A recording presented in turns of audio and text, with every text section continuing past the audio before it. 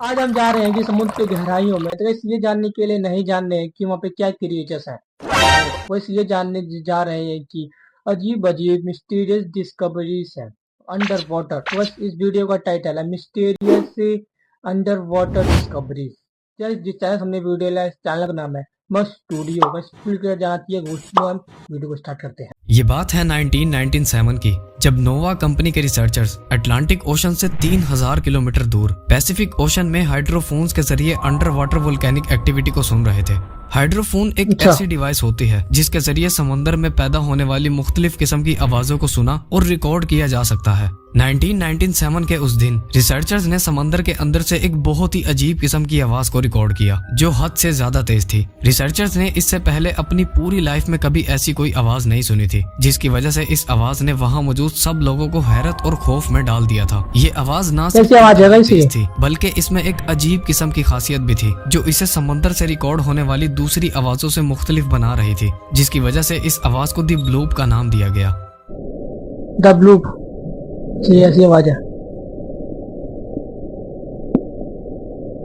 कई सालों तक इस आवाज ने साइंटिस्ट और रिसर्च मुझे लगता है कि कैसी ये कोई नीचे से कोई क्रिएचर आ रहा होगा ना, इसीलिए वो आवाज उठ रही है, बबल बबल उठ रही है जैसे आवाज। की रातों की नींद उड़ाकर रखती थी। ये आवाज अब एक मिस्ट्री बन चुकी थी। इस आवाज को लेकर कई तरह के सवाल साइंटिस्ट और रिसर्चर्स के जहन में आ रहे थे। क्या ये आवाज किसी secret under water military exercise की थी? ये किसी बहुत बड़ी शिप के इंजन की थी, किसी जायंट स्क्विड की थी, या किसी 100 फुट बड़ी वेल मछली की थी, या फिर किसी ऐसे बड़े खौफनाक और मिस्टीरियस क्रिएचर की थी जो पिछले कई हजार सालों से समुद्र की गहराइयों में जिंदा है? मैं भी यही कहना चाह रहा हूँ। साइंटिस्ट और रिसर्चर्स आज तक नहीं जानते। जैसे जैसे वक्त गुजरता जा रहा था, साइंटिस्ट और रिसर्चर्स समंदर के अंदर से पैदा होने वाली वोल्केनिक एक्टिविटी और अर्थक्वेक्स को स्टडी करने के लिए एंटार्क्टिका के करीब ओशन में हाइड्रोफोन्स डिप्लॉय करते जा रहे थे। हैरतअंगेज तौर पर एक बार फिर से 2005 में ऐसी ही अजीब और तेज आवाज को रिकॉर्ड किया गया, जिसके बाद इस मिस्टीरियस आवाज की सारी हकीकत खुलकर सामने आ गई। मालूम पड़ा कि ब्लूप किसी बहुत बड़ी शिप या किसी अननोन क्रिएचर की नहीं, बल्कि एक आइस क्वेक से पैदा होने वाली आवाज थी जो एंटार्क्टिका में एक बहुत बड़े ग्लेशियर के टूटने की वजह से सुनाई। तो वैसे मुझे समझ नहीं आ रहा है,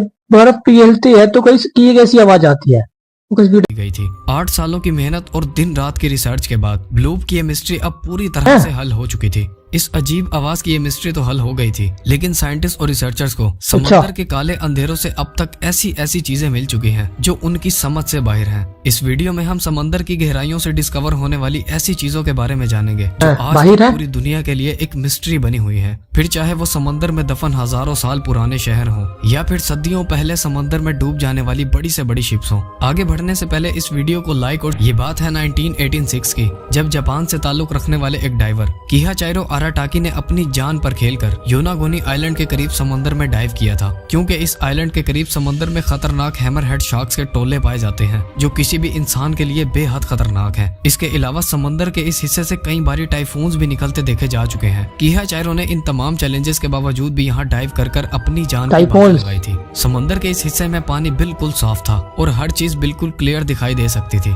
क्योंकि यहाँ हैमरहेड शार्क्स पाई जाती थी। इसीलिए ये जगह साइंटिस्ट और रिसर्चर्स की नजरों से छुपी हुई थी। ये डाइवर जब यहाँ 26 मीटर की गहराई में गया तो उसने कुछ ऐसा देखा जिसने उसके उड़ा दिए थे। पानी के बॉटम पर एक अजीब स्ट्रक्चर बना हुआ था जो दिखने में बिल्कुल भी नॉर्मल नहीं लग रहा था। किहाचाइरो के सामने उस वक्त जो चीज थी उस पर उसे यकीन ही नहीं हो रहा था। जब ये डाइवर इस स्ट्रक्चर को डिटेल से समझने के लिए अपनी टीम के साथ मजीद नीचे गया तो मालूम पड़ा कि ये 290 मीटर लंबा, 120 मीटर चौड़ा और एक बिल्डिंग जितना ऊंचा किसी इंसान का हजारों साल पुराना बनाया गया एक स्ट्रक्चर था। समझ में नहीं आ रहा था, कुछ सीढ़ी है क्या ये ऊपर नीचे?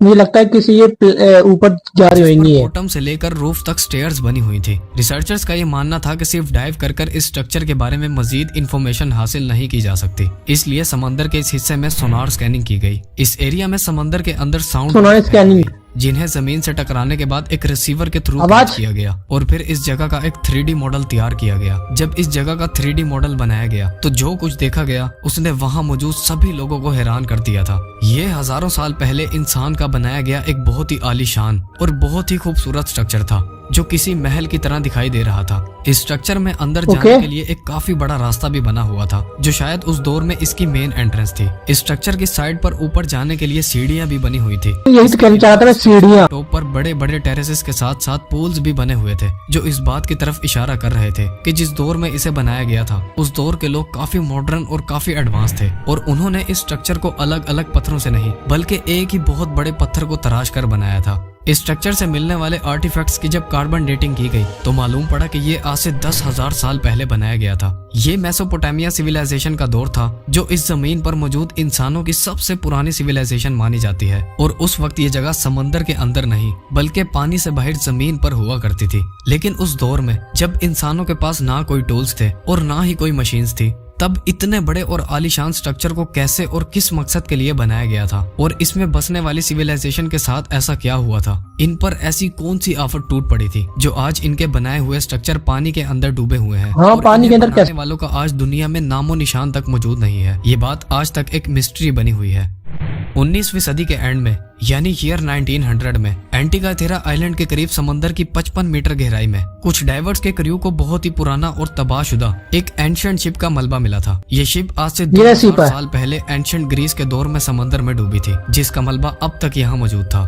रिसर्च के दौरान इस शिप से डाइवर्स को एक बॉक्स भी मिला था, जो बहुत ही खस्ता हालत में यहाँ पड़ा हुआ था। जब उस बॉक्स को खोला गया तो उसमें कीमती ज्वेलरी, मार्बल स्टैचूज और एंशिएंट कॉइन्स के साथ साथ एक जंगशुदा मेटल का टूटा हुआ टुकड़ा। मेटल का एक छोटा सा टुकड़ा दिखने में बिल्कुल भी नॉर्मल नहीं लग रहा था। जब अथॉरिटीज तक ये न्यूज पहुंची तो इस पर फौरन रिसर्च स्टार्ट कर दी गई। जब इस मेटल के टुकड़े पर रिसर्च शुरू की गई तो जो कुछ सामने आया उसने हम इंसानों की तारीख को ही बदल कर रख दिया था। साइंटिस्ट और रिसर्चर्स को इस बात पर यकीन ही नहीं हो रहा था कि मेटल का ये टूटा हुआ टुकड़ा और कुछ नहीं बल्कि एंशिएंट ग्रीस में बसने वाले लोगों का एक कंप्यूटर था, जिस पर 35 छोटे और बड़े गियर्स। तो कैसे समझिए ना, मेटल कंप्यूटर कैसे बना सकते हैं पुराने जमाने में, तो कैसे ये मिस्टीरियस है हुए थे, जिन्हें आज से 2000 साल पहले बड़ी महारत के साथ बनाया गया था। साइंटिस्ट और रिसर्चर्स को अब इस बात की कश्मकश थी कि आखिर इस कंप्यूटर का उस दौर में काम क्या था और इसे किस मकसद के लिए बनाया गया था। जब इस टुकड़े पर डिटेल इन्वेस्टिगेशन की गई तो सारी हकीकत खुलकर सामने आ गई। एंशिएंट ग्रीस के लोग शिप में सफर के दौरान चांद और तारों की लोकेशन को जानने के लिए इसका इस्तेमाल करते थे। ये कंप्यूटर चांद तारों को साथ साथ चांद तारों की फ्यूचर लोकेशन को भी प्रिडिक्ट कर सकता था। मुझे लगता है ये कंपास तो नहीं बनाया इन्होंने, कंपास लोकेशन देखने के लिए चांद तारों को। इस बात का सबूत था कि एंशिएंट ग्रीस के लोग हमारी सोच से भी ज्यादा ज़हीन और एडवांस थे। साइंटिस्ट का यह कहना था कि मेटल का यह टुकड़ा अभी कंप्लीट नहीं है, इसका एक दूसरा हिस्सा भी है जो आज तक समंदर की गहराइयों ही में कहीं खोया हुआ है। मेटल के उस टुकड़े को ढूंढने के लिए कई एक्सपीडिशंस अरेंज किए गए, लेकिन कई सालों की मेहनत और रिसर्च के बाद भी साइंटिस्ट और रिसर्चर्स उस मेटल के टुकड़े को ढूंढने में नाकाम रहे, जिसके बाद इसे नेशनल आर्कियोलॉजिकल म्यूजियम में नुमाइश के लिए रख दिया गया। समंदर जो हमारी जमीन के आधे से ज्यादा हिस्से पर फैला हुआ है, वो अपने अंदर ऐसे ऐसे रहस्यों को छुपाए हुए है जो अगर इंसान के सामने आ जाए तो उस पर यकीन कर पाना नामुमकिन होगा। जून 2011 में ओशन एक्स कंपनी के डाइवर्स ने खजाने की तलाश के दौरान बाल्टिक सी में 90 मीटर की गहराई से एक बहुत बड़े, अजीब और यूनिक किस्म के स्ट्रक्चर को डिस्कवर किया था। ये स्ट्रक्चर पूरे 60 मीटर जितना बड़ा था और एक डिस्क की शक्ल जैसा दिखाई दे रहा था। इसके अलावा ये स्ट्रक्चर दिखने में किसी यूएफओ की तरह भी लग रहा था। इस स्ट्रक्चर की जब सोनार स्कैनिंग की गई तो यूएफओ कैसे? एक नॉन नेचुरल स्ट्रक्चर था जो पूरा मेटल से बना हुआ था, जिसे किसी इंसान या फिर किसी एलियन के द्वारा बनाया गया था। साइंटिस्ट और रिसर्चर्स ने इस पर बेइंतहा इन्वेस्टिगेशन की, लेकिन 13 साल गुजर जाने के बाद भी ये मालूम ना चल सका कि इस स्ट्रक्चर को कब, कैसे और किस मकसद के लिए बनाया गया था। और तब से लेकर अब तक ये स्ट्रक्चर दुनिया के लिए एक मिस्ट्री बना हुआ है।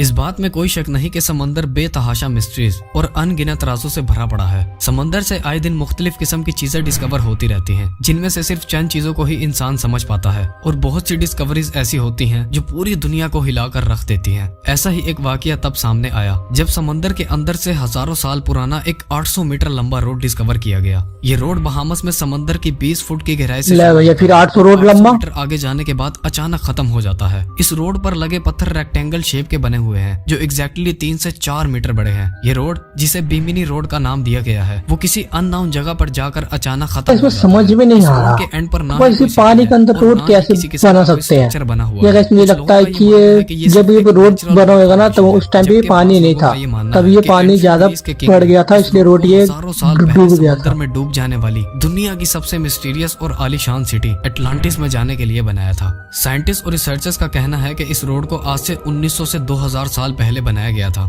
ये दौर तो एंशिएंट ग्रीस का ही था, लेकिन इस रोड को क्यों और किस मकसद के लिए बनाया गया था और क्या ये रोड उस वक्त जमीन पर हुआ करता था, ये बात आज तक एक मिस्ट्री है। अगर आप इस वीडियो का पार्ट 2 भी देखना चाहते हैं तो कमेंट सेक्शन में जरूर बताएं। उम्मीद है आप इस वीडियो को बेहद लाइक और शेयर करोगे। अगर आपकी वीडियो कैसी लगी? मुझे तो बहुत ही ज्यादा ही अच्छी लगी लाइक एंड सब्सक्राइब कीजिए। मिलते हैं कल नेक्स्ट वीडियो में। तो गाइस जल्दी ही मैं पार्ट 2 का वीडियो पे इस चैनल पे लाना चाहूंगा।